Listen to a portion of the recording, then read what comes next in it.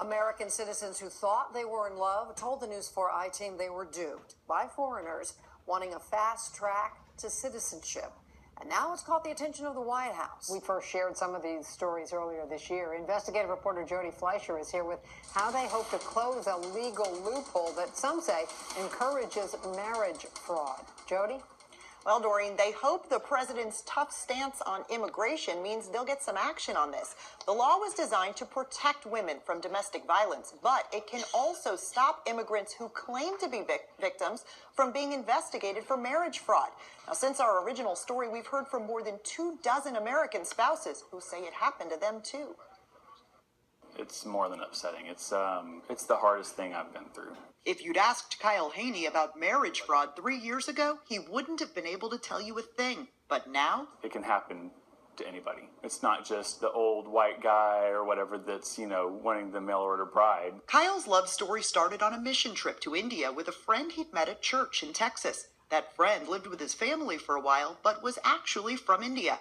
And when Kyle met her sister, Tabitha, it's like she already knew everything about him. We just clicked. It's like we just found each other. 6 months later, Tabitha came to visit, and Kyle popped the question. A few months later, they were married, expecting a child, and Tabitha was on the fast track to U.S. citizenship. We had a baby in November. In March, the following year, she got her green card, and within 2 months, she left. Kyle says he was confused at first until he saw Tabitha's petition for divorce, alleging Kyle was irate and angry, struggling with sexual attraction to men, and that she felt unsafe. She claimed that he was using her immigrant status to intimidate her. Kyle's sister Jade and his parents started researching those kinds of claims and began to worry their whole family had been duped. We started noticing a correlation between the lies that she was telling and everything that needed to be proved to file VAWA.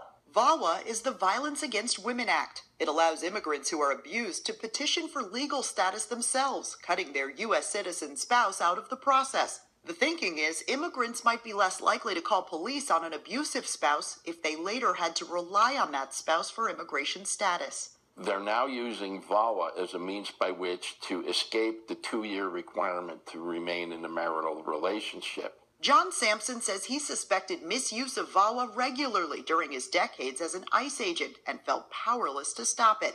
He now runs a consulting firm and says he's heard from roughly 1,500 Americans who believe they are marriage fraud victims. And I love you. I want to be with you. Thank you for the green card. Goodbye. I'm gone. The I-Team filed a Freedom of Information request and found about 85,000 immigrant spouses have self-petitioned using VAWA in the last decade. More than 67% of those have already been approved. Sampson says investigators are told to treat the American as a prohibited source of information. And to protect the immigrant's safety, investigators can't even tell the American their spouse filed a VAWA claim. This is happening every day of the week in cities and towns across this country. And he says fraud in one-on-one cases is almost never pursued. Who's there to protect the U.S. citizens who've been duped? Nobody. That's the problem. This high-ranking military officer told the I-Team that happened with his Russian bride, Natalia, who was living in Maryland. When did you realize something was up? 1 week later. He says he eventually compared notes with her ex-boyfriend and found she'd told each of them the same abuse claims about the other. To me, this was worse than being left at the altar. One of the places we tried to find her earlier this year, we met this man. Oh, she's not home right now. He told the I-Team he and his wife often let Russian women from their church stay with them while building their lives in the U.S., including Natalia. Have you ever seen any signs of abuse, like where she was legitimately abused? No, it's all BS. It's all BS, and I was close to the scene. And he says the ability to misuse VAWA is no secret in the close-knit immigrant community. All the Russian women know this particular rule and get an edge. I am 100% sure that it was a fraud from the beginning. Kyle's wife, Tabitha, did not return our call for comment. His parents reported her to U.S. Citizenship and Immigration Services, despite the divorce decree stating she wouldn't pursue the 10 years of support American citizens agreed to when bringing in a foreign spouse if Kyle didn't file any marriage fraud claims against her. It was 3 binders full of evidence that we put together, and nothing has been done. But now they have their best hope yet with a call from the White House and a meeting with policy staffers.